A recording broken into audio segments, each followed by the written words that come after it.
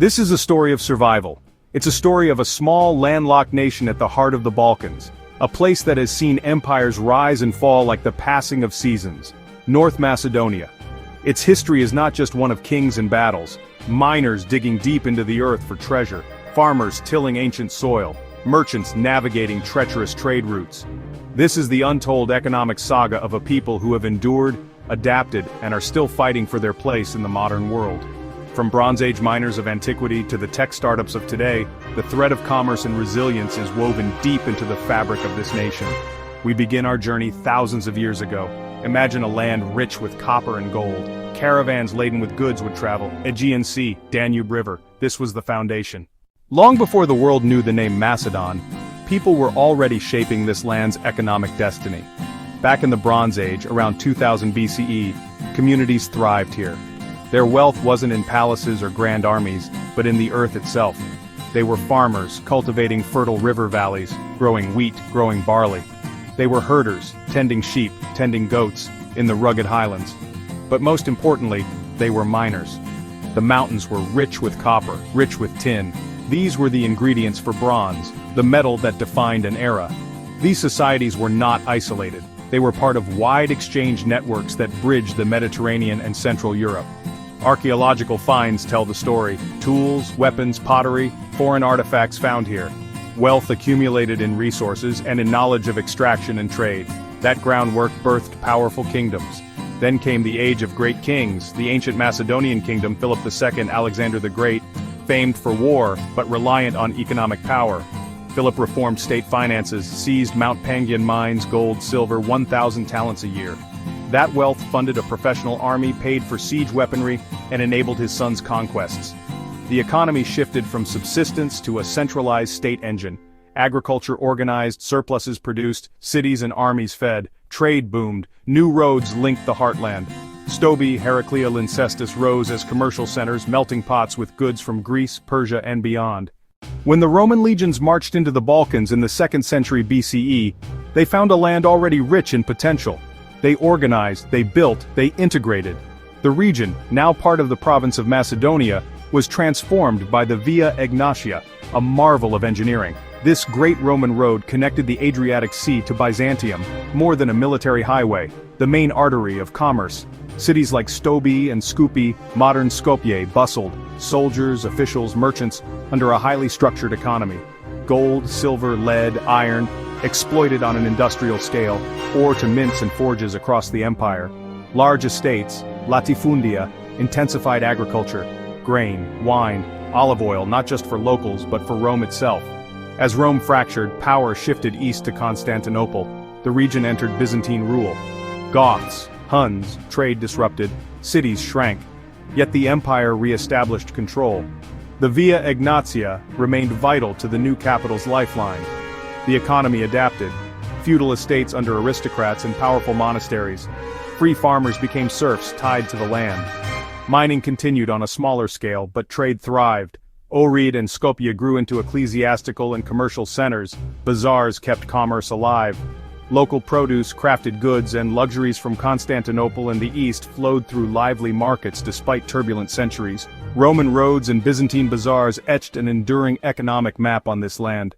The arrival of the Ottoman Turks in the late 14th century marked another profound shift in the economic landscape.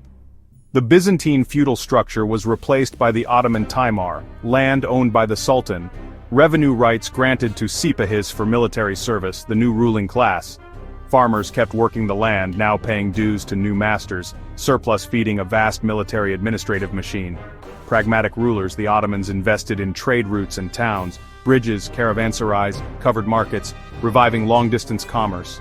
Textiles, spices, manufactured goods flowed west. Wool, leather, wax returned east. Corridors thrummed again. In flourishing towns, artisans and merchants organized into esnafs, shoemakers, coppersmiths, tailors, bakers, regulating quality, prices, and training. Bazaars became the heart of a self-regulating urban economy, where goods were both produced and sold. By the 18th and 19th centuries, the empire's decline frayed this system. Timar gave way to Chifliks, trade faced insecurity, and Western factory goods undercut local guilds. Stagnation set in, setting the stage for the immense turmoil and change of the coming century. The dawn of the 20th century plunged the region into a maelstrom of conflict and upheaval. Ilinden Uprising, the Balkan Wars of 1912–13, then World War I, leaving the economy in ruins.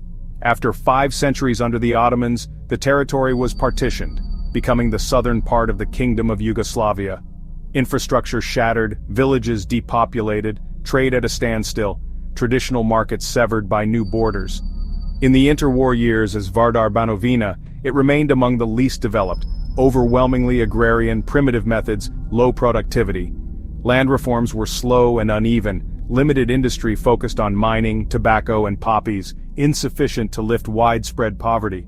The Great Depression crushed farm prices, jobs vanished, poverty deepened, social unrest grew.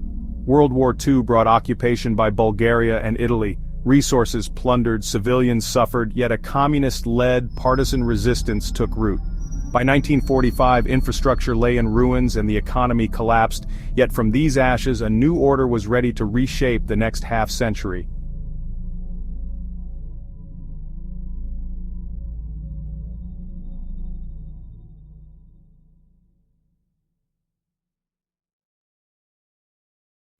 Following World War II, the region became the Socialist Republic of Macedonia within Tito's Yugoslavia, beginning a radical economic transformation.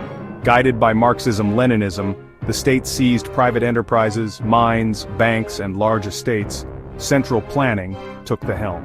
The 1947 five-year plan prioritized heavy industry, steel mills, chemical plants, and manufacturing facilities for rapid industrialization. Massive federal funds from richer republics fueled growth. Skopje and other cities expanded swiftly, populations climbed, literacy and living standards improved markedly from pre-war levels. Skopje steelworks, the OIS chemical complex, and numerous textile plants anchored the republic's industry.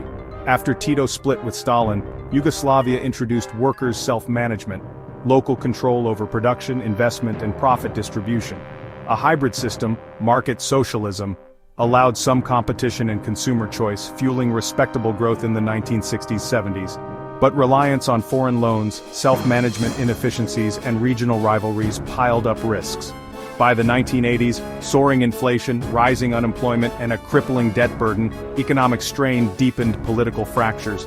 The socialist dream of unity and prosperity unraveled, setting the stage for Yugoslavia's violent breakup and a new, uncertain independence. On September 8, 1991, Macedonia voted for independence, peacefully seceding from collapsing Yugoslavia. Sovereignty came with a steep price. The poorest former republic lost federal funds. Over 60% of trade inside Yugoslavia vanished overnight. Wars in Croatia and Bosnia triggered UN sanctions on Serbia and Montenegro, severing the main corridor. Then the 1994–95 Greek embargo closed the southern route to the sea. GDP fell nearly 20%, factories idled, hyperinflation wiped out savings, hardship spread.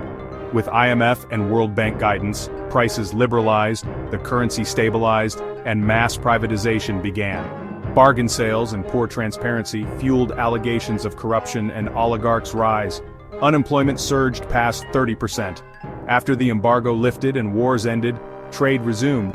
By decade's end, growth turned modestly positive. The nation survived, but scarred, entering the new millennium with a fragile economy and high unemployment.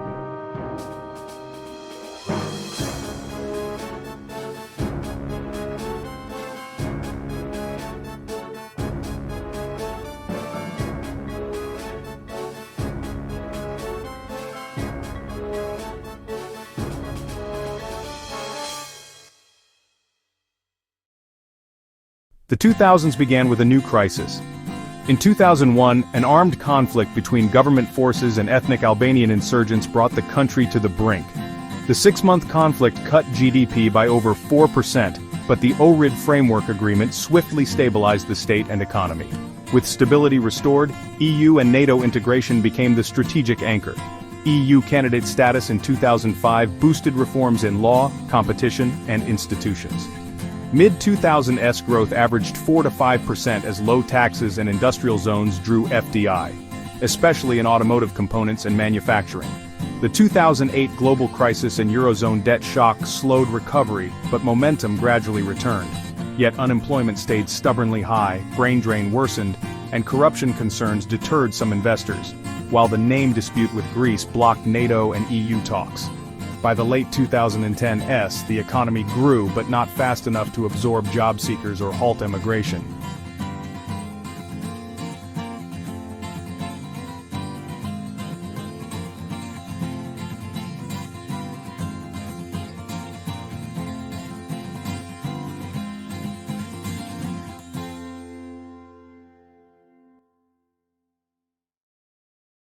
Today, in late 2025, North Macedonia finds itself at a pivotal moment, its economic story still being written.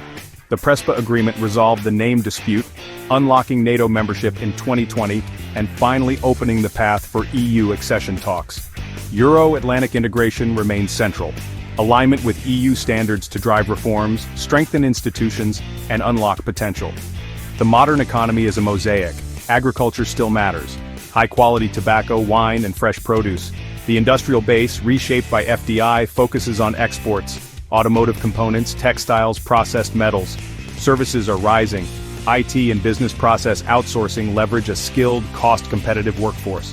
GDP is projected near the mid-teens in billions of dollars this year, with growth around 3%, modest but steady.